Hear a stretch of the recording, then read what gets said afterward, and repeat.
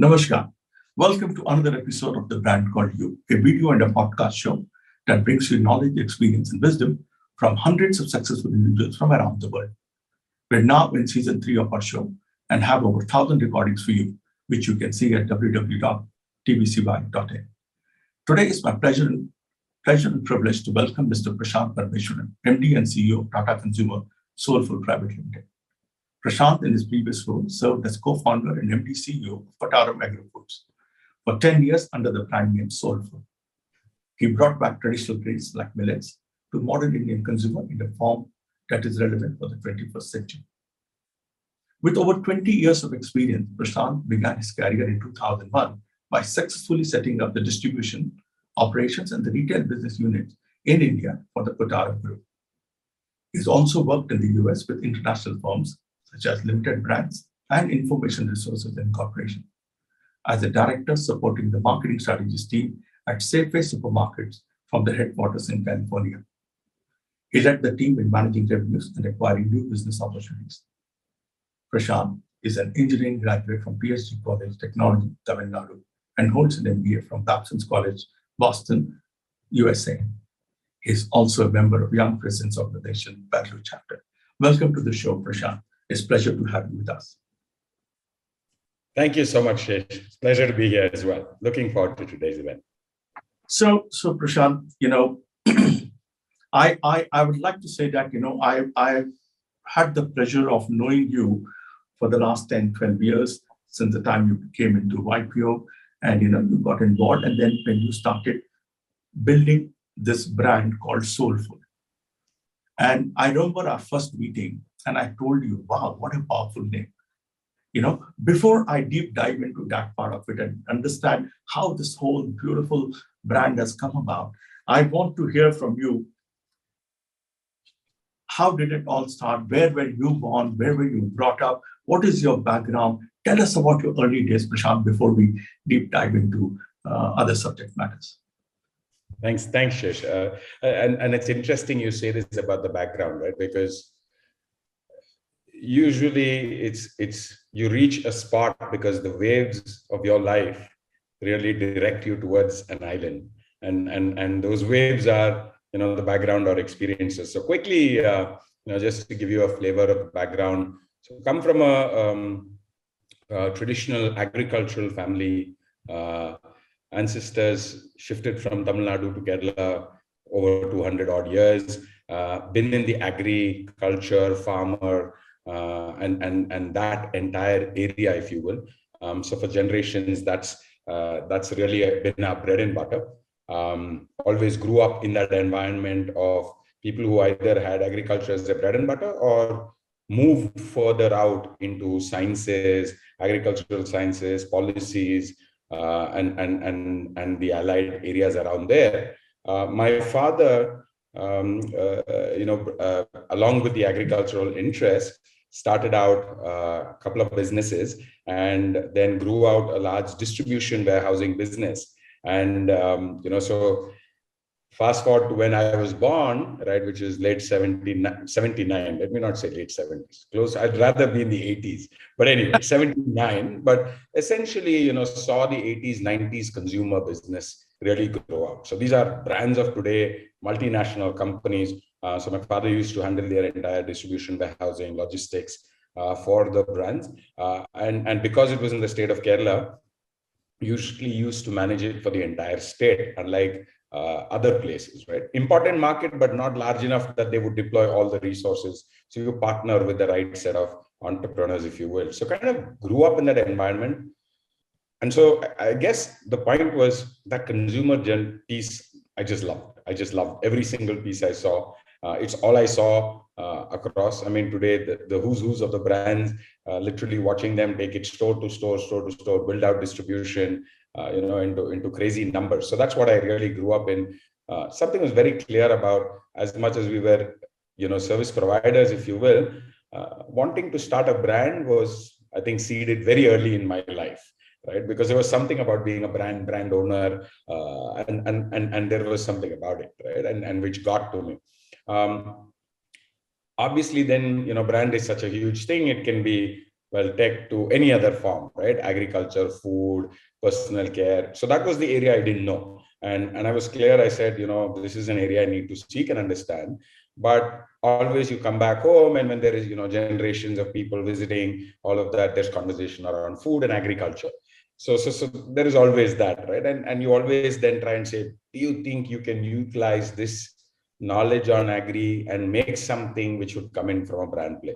Random, really, long moonshotting thought with no idea. So I said, interesting. And post my engineering, dabbled very shortly in software in Chennai, but then very quickly realized that, I think business was somewhere in the blood. And I said, I need to be where the action is. I can't be coding. Right? I guess today, if that would have been, I guess maybe an idea would have popped out when I was coding, but it didn't. So joined the family business, built out 2, 3 businesses for the unit. So at a very young age, and my dad, I think, did one of the best things is he said, it's your business. You either grow it or you take it to take it to the ground.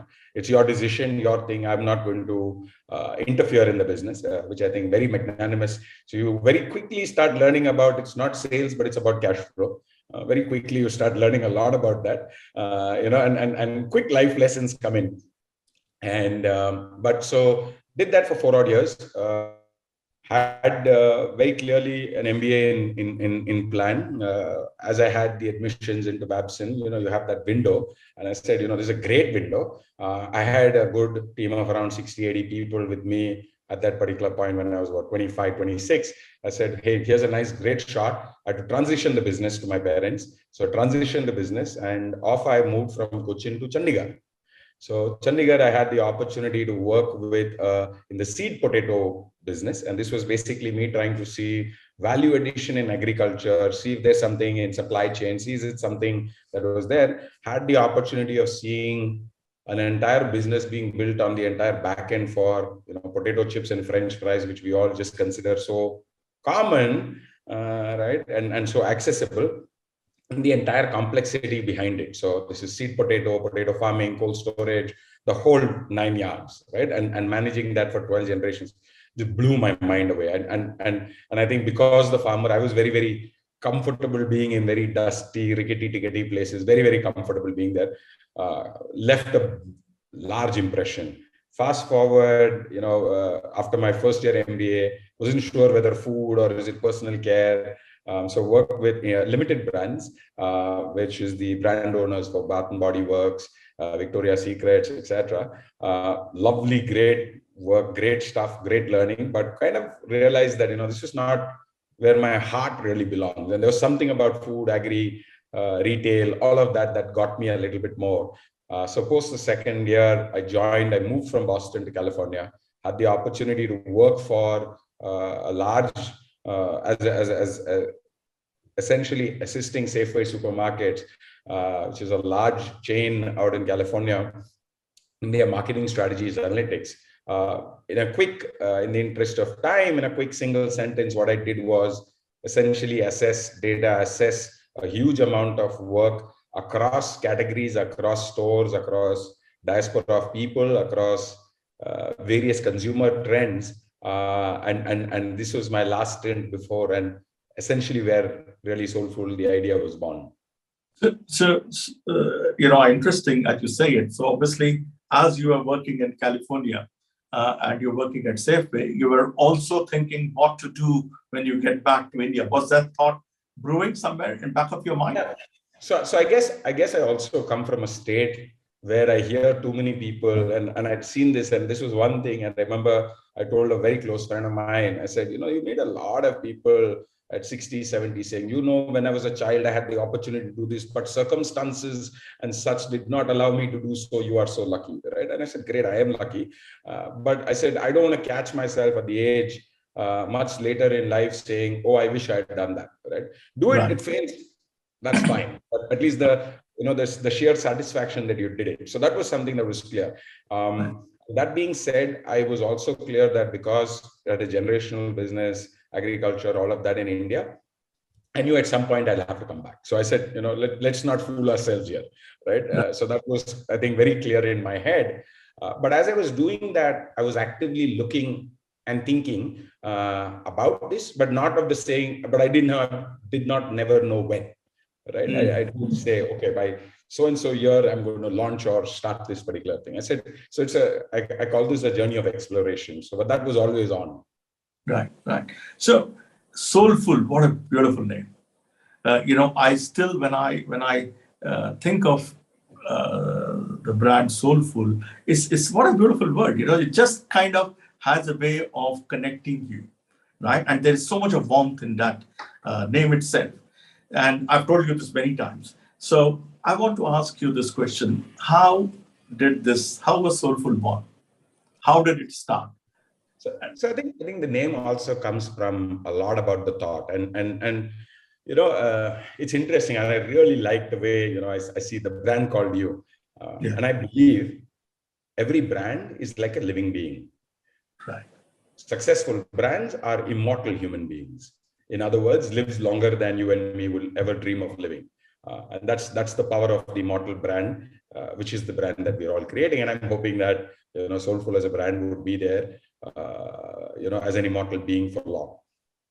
Now, as we were looking at the pieces of the business, and so let me come into the idea piece, I think, a little, and then you will understand. It might be easier to relate to where the soul came in the Soulful.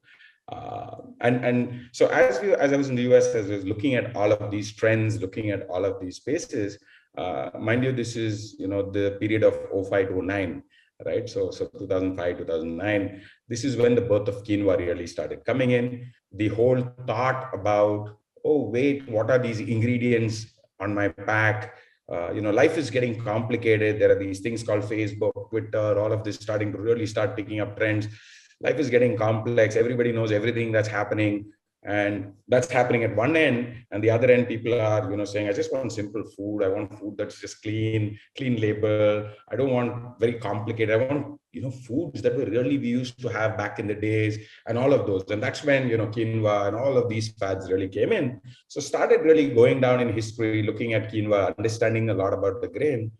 As I was looking at it, and I guess it's also because of the agri roots, as I was reading a lot about the history, I said, well, this is very similar to what we have in India, right? And these are called millets, right?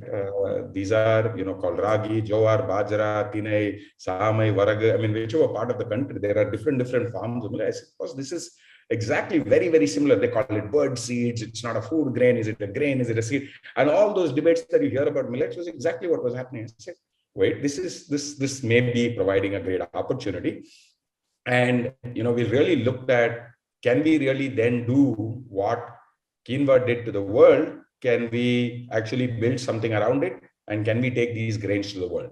So that was one entire piece. And using these grains to actually bring good, healthy, better for you food propositions into the space. At the same time, we were also very clear that the brand that we will build will not be just another capitalistic brand. It has to be a brand that really means something. It has to be a brand that has to stand for something. It has to truly, honestly differentiate. And really, that's where the soul really came in. And so when we, so a lot of people, when they look at marketing, they say, what is all this brand architecture, brand persona? I say it's the value system of a brand. Right? Because finally, when brand manager A gives to brand manager B to handle this immortal human being, he or she has not given birth to the human being, but he needs to know what is the value system of that human being. So think of your child moving from you to a caretaker, to another caretaker, to another caretaker. And you are very clearly saying, Shesh, this is the value system that I want of this child, and ensure you handle it. And that's really the brand guideline in the book. And that's essentially what we have written around. And that's one of the core pieces, because the minute you have Soulful, it becomes very clear that I'm not just tummy full, i.e., I'm not just food that's going to saturate your hunger. I'm actually going to saturate your soul. Fantastic. Beautifully said. Beautifully said. Prashant, you decided to enter into the consumer space, the food business, cereals business, that too, in specifics, which at that time was ruthlessly competitive. All the big multinationals were there, and they had very established brands out there. And you know how India and Indians are, very, very enamored by the West. And they just are very quick to adopt which comes in from the West. And then here you are trying to build a product and a brand which is absolutely from the ground and very local. A, how did, what was it? What were you smoking? So when you jumped into this, that is one. Two, I'm sure it would have brought its own, what were the learnings and the challenges and the frustrations which you would have had in those days of taking on, going into the market and dealing with all these big boys. Yeah. So interesting, Shesh. So I'll skip the part of what I was smoking, but interestingly, I think I think, and as every entrepreneur would say, you got to be super convinced internally, right? So that's point one. Right? If you don't have the conviction, so where was my conviction? My conviction was I was looking at the US market, how it has evolved. I had formed a very clear view of how it would evolve. And then I had a view of where India was and where would India evolve. And obviously not that India and US would evolve at the same pace, but directionally, where will we converge? Where will we, you move away? And what is the opportunity gap? And I think that is something, and I think that's why entrepreneurs are entrepreneurs, right? There is something that we can see that somebody may not really see. They may see it, but they may not have the conviction. They'll say, what will my boss say? My boss will say I'm crazy, right? I might actually lose my job. Leave aside my 10% increment, I might actually lose my job. And I think a lot of great ideas are squashed there. I think one was the conviction about this. Once that conviction is there, and once you have that idea, and I think then comes the realism part. The realism part becomes very clear to the point that you mentioned is how am I going to take on large players head on, but play in a way that it becomes very difficult for them to beat me at this game. Simple, right? I said, and as we were looking at this, I said, guys, there is no way we can get into price war with any of them, right? Because we need to build the brand, we need to do all. That does not mean you go and charge an exorbitant price, but take price out of the equation, start talking value, right? I will give you, let's say a 5%, 10%, 15% would be my charge, but I will provide you 30, 40, 60, 80% more value. Right. And when I say value, is not just by price, but from all the other health connotations, all of those pieces, how do you bring them together? Because what you're then done is, when people are doing breakdowns, you're basically doing Bharatanatyam, right? So it becomes very difficult for somebody to really start dancing to your tune. And the minute they come into Bharatanatyam, you go back into a jive mode, right? So you're constantly being agile about that piece. And I think that was a piece. And in fact, a lot of the senior guys that I directly compete with used to always tell me that. He said, we were finding it very difficult to read you, right? And that was a big thing, right? How do you not let somebody really read you in its fullest? And I think that was a very, very important piece, Shesh. And I don't know if that answers both your questions, but I think that conviction of an idea, the thought process about it, and will everything work as per plan? Never. Right. Mm-hmm. But and I think there are some famous sayings, right? I mean, when you put out an ambition, it's not about a number, but it's about a direction of where you want to go, right? And it's that direction. It's that very, very clear way of this is how I would go. I might turn left, right. I might go up and down. And I think that conviction is so important as an entrepreneur because you are bound to face a huge amount of backlash. I mean, very simple. When I took Millets and I started going, this was a plant in Chennai. The guy says, boss, like you said, everybody's eating polished rice. What are you doing bringing some brown thing back into my machine? To the extent, I mean, these are very, very educated people. My machine will get dirty. I said, boss, it's food. It's not going to get dirty. I'm not like coating it with, like stain on your machine. It's fine, right? And so you have those obstacles. But I think what happens is when you have that conviction and you're clear about it, not smokingly mad conviction, but very realistic conviction, people then are able to say, wait, this guy is seeing it. I think I can bet on him. He may be successful, may not be. Sure. But I think it's worth a shot. Yeah. And you need to put everybody to that page. So brilliantly said, because I know if you have the conviction, there are enough and more people who are saying, okay, it's worth backing this guy, worth going along with him. And that is what this country has seen in the last 2 decades. And I think there are enough and more people who are willing to say, I will go along with him. Because he seems to have a belief system which is, which makes a right pitch. So I think fantastic. Prashant, how did Tata Soulfull? Tata happened to you. Tata Soulfull. Now, look at this. Now, if Soulfull was getting a very powerful name, there comes another powerful name. And what a marriage. So, How did this happen? How did this happen? And what does this, I will not ask you this question, what does this mean to you? But I still want to hear from you, what does it mean from the future point of view? What does it go? So I just want to hear from, So, I mean, so we were like yet another startup, put in, and unlike other startups, I mean, we had also put in significant capital ourselves at the initial stages, because we had the conviction, and I always believe that, your actions speak louder than words. I can say I have the conviction, but when you start putting down actual dollars against your conviction, a lot of conversations are moved then and there, right? I mean, say, oh, you have the conviction, prove it to me. It's, boss, just look at the balance sheet, right? Right. Proving it to you there. So I think, and then we started doing a lot of the fundraisers. We had our venture capitalists, we had investors, all of that on board. I think came to a really classic crossroad of saying, what is it that will really take it to grow this brand, right? Is it just sheer money? Is it something more? Is it, what else is it, right? So obviously brand name, I mean, as much as I love Soulfull, I mean, Tata and Soulfull are not in the same league, and there is no two ways about it. The second part that is also there is, what is it from, not just from a brand name, but also from a distribution, from the ability to actually go through and through the entire piece. How do you actually expand out the business? One core piece that was there at Soulfull, and in line with what I said, is we will not be like some premium niche brand.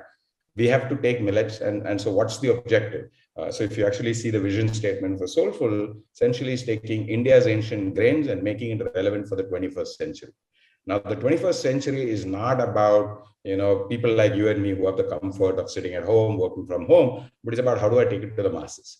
How do I take it to the masses, not just in India, but how do I also take it globally, right? So it's all of those that really come into play. And I think what this new marriage, as I call it, the Tata Soulfull piece, right, is really brings all of these to the table, not just provides us the credibility from a brand perspective, also provides us the access, not just from markets, but also from science, from ability, and also to be able to not just restrict ourselves from an India perspective, but also be able to take this globally. Because do remember, one of the seed thoughts for me was, how do we take millets across the world and not just about India? And this is a way for us to shine. Just to give you some context, 2023 has been named as the International Year of Millets.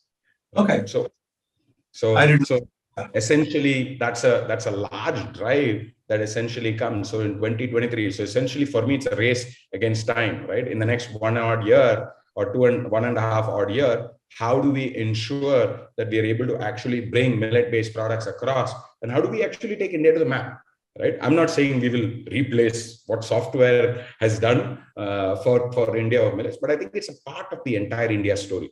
And I think India has a very, very strong role to play. More than 45% of the production of millets happens in India, global production. We have enough of a supply. Supply is not the issue. It's about demand. It's about creating the market. And I think all of these really add up. And just, Shish, one piece, which is, I think, very important and which I may not have touched, is one of the large parts about Soulfull and Soul. If it's not just food for your tummy, then what does it really mean for your soul? So I'll just take a minute to pause here, or just to explain this a little. We've all heard of superfoods. Superfoods, I call it as selfish foods, which is foods that's just good for you, i.e. nutrition-wise. Millets are smart foods, foods that are not just good for you, but good for the farmer and good for the environment. So it gives you superfoods on a plus. So it's foods that are good for the entire ecosystem. If I may just explain that, and why is it, with a very, very simple example, not to demean rice. I think rice has a very, very large role, but I think millets has a very strong role to play as well on the plate.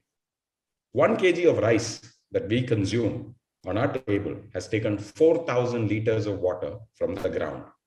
Right. 4,000 liters, which is a tanker of water in India, roughly, if you will, right? A large tanker. 1 kg of millets takes around 400 liters from the sky. 4,000 from the ground, 400 from the sky. We create demand, we create an ability for consumer, and this is not a story that consumers are going to buy, right? You need to provide them an alternative. You need to provide them the right product, the right nutrition, all of that stuff, and provide them with the opportunity to make a switch and say, wow, this is great. This tastes yummy. Oh, by the way, do you know that this also happens? And Right, boom. right. And that adoption, there's this beautiful map that you have on your background, right? There's a lot of problem with those blues, right? There's a lot of problem with that water. There's water everywhere, not a drop for us to really use, right? So, and how do you then really start using them? Hopefully that just gives you a little bit of a sense. It's fantastic. So now, as that you're saying, I'm also actually thinking that it's so interesting that millets was a very integral part of food in the rural part of India. And somewhere it has gone into the background, and which is a little surprising, because I remember in the interiors of Maharashtra, in the interiors of North Karnataka, we used to consume a lot of jowar. They call it jowar the bhakri. So bhakar chutka, which is very popular again in Maharashtra. So it's something which suddenly, when you come to the urban world, nobody talks about it. And I think as you say this, and in particularly in areas where the rains are little minimal, they just come in the season, millets are the answer. And I think in all those places, millets are consumed very extensively. So as you say this, the whole thing is just playing back in my head. Very interesting, very, very interesting insight. One other thing, food business is competitive, ruthlessly competitive, and is very demanding, because the kind of money you need to promote a product and the marketing campaigns and stuff like that. There are a lot of young people who are wanting to get into this space. There are a lot of people who want to, who are like you, thinking, there is an opportunity here. There's so much more which can be done. What is your advice to them? What would you tell them, with you who have just walked the street? What would be your advice to them? What would you tell these young entrepreneurs who want to make a name for themselves in this space? So, is there an opportunity in food? I think there are just a whole host of opportunities in food. Is it competitive? It is. So be very clear that there is a differentiation, right? And I think people make this mistake of a Me Too product was a differentiated product. Point number one. Point number two, is it just you, or is it others also who you think will also see that? And sometimes we get very mad at that, saying, I love it and I eat it, so I think the world will eat it. Most of the times that is a mistake that we do. The third is, I think the market is right? So the beauty today, and if you've seen, and in the consumer world, both food, personal care, across, the channel of D2C and e-commerce is the biggest boon. What was the biggest boon for all large FMCG companies? Distribution. Today, digital has just squashed that thing away, has just squashed it. Today, you can reach whichever pin code you want in this country, and you don't need to have a distributor in that place. That was not there. That was not there. Forget 5 years ago. 10 years ago, it was not been there 5 years ago, right? It was not a part of my go-to-market strategy, right? Today, that's a massive boom. It requires a different skill, but I think that's a great opportunity. Right. Fantastic. Thank you for that insightful thought. It would be, I know how you and your team worked, and one of the integral member of your team was none other than Rasika, your lovely wife. She was the brain behind the marketing, and you both went to college together, something like that. So tell us, this is the family business, and you've been, so what has been from the family point of view, what difference has it made, and how is it from the value point of view, how that is incorporated in Soulfull? Yeah. So I think a couple of things. So one is factual correction. So Rasika and me didn't go to college together. Okay. I'm sorry. No, that's fine. That is okay. But extremely key and extremely keen member of, obviously, as a co-founder, helped build out the entire piece. I think what was great, and in fact, there was another gentleman by the name Amit Sebastian. So three of us were co-founders. But I think what was great was among us, and Rasika took the lead on marketing. I took the lead on product innovation, finance, operations, structuring the entire piece of the business. Amit handled the sales and ops piece. And I think what is important, and which is another important piece, is we knew we all had each other's back. I never had to doubt anybody's intention. And I think that's the beauty of a family business, right? You can leave the tijori, you can move, you know that nobody is going to touch the tijori, right? And if that just gives you a context, and it's not just about money, i.e. the tijori, but it's about everything. If Rasika is taking a conversation forward, she's going to take the value system, she's going to ensure the value system is kept. She's going to ensure that every single piece, I make a mistake, they're the first two to tell me that I'm wrong, right? They have no problem. There is no CEO, BEO here, right? I mean, at the end of the day, we are all the same parent of the child, the immortal human being, as I call it. So I think that's a great piece. And I think that entire piece, which is there from a family business perspective, was something. Obviously, then you also put principles around how do you operate, how do you not operate, what are the do's, don'ts, all of those. I think some of those, what we all have as generational family businesses, those conversations are important to have, are important to evolve, and how they are. So I think that's the connection and the parallel I would draw. Fantastic. So the bottom line is the value system. So I think, yeah, so that is the deepest connect which defines everything. So wonderful. One last question, because we're running out of time. I want to ask you, of late, Tatas have been in the news for many acquisitions which they are doing. Soulfull is one of them. Tata 1mg is the other one. And there are many other things which they are out there. What is the game plan here? So, Shesh, I'll have to be honest with you. I mean, I am as preview as you might be, and also not in the right place for me to also comment about the larger group strategy. I think what I can comment about is the strategy of, in terms of the piece that is there from the strategy of, Soulfull and with TCPL, which is something which I can definitely. It is about building out a strong foods and FMCG kind of a play. How do you build an entire portfolio, and how do you actually bring, and please understand, this is a company that has Tata Salt, has Tata Tea, right? So it has some great brands, some legacy brands that are there, and building out an entire food portfolio that actually has and provides a good basket. Because Tata is a very, very trusted name, and the entire policies, the structures, the way it is looked at, the focus on quality, the focus on delivering good value is all there and very clear. And I think that's what the entire piece is. I think that's what excites me the most about TCPL. Fantastic, thank you. We're running out of time, Prashant. So though there are many other questions which one can you have a great way of putting your thoughts across. We could possibly do this. We can talk for a few hours, but we will do that for other time. But I want to tell you, it's just a pleasure talking to you. I've always been an admirer of you, and I continue to be so. And I'm looking forward to seeing the Tata Soulfull brand in the name becoming global. And what a proud moment it will be for all of us who've seen you work on it, build on it, step by step for so many years. And I think just wishing you all the very best and great luck ahead, my friend. God bless you. And thank you very much for your time. And thank you for talking to us. Thank you so much for your time, Shesha. I really enjoyed the conversation.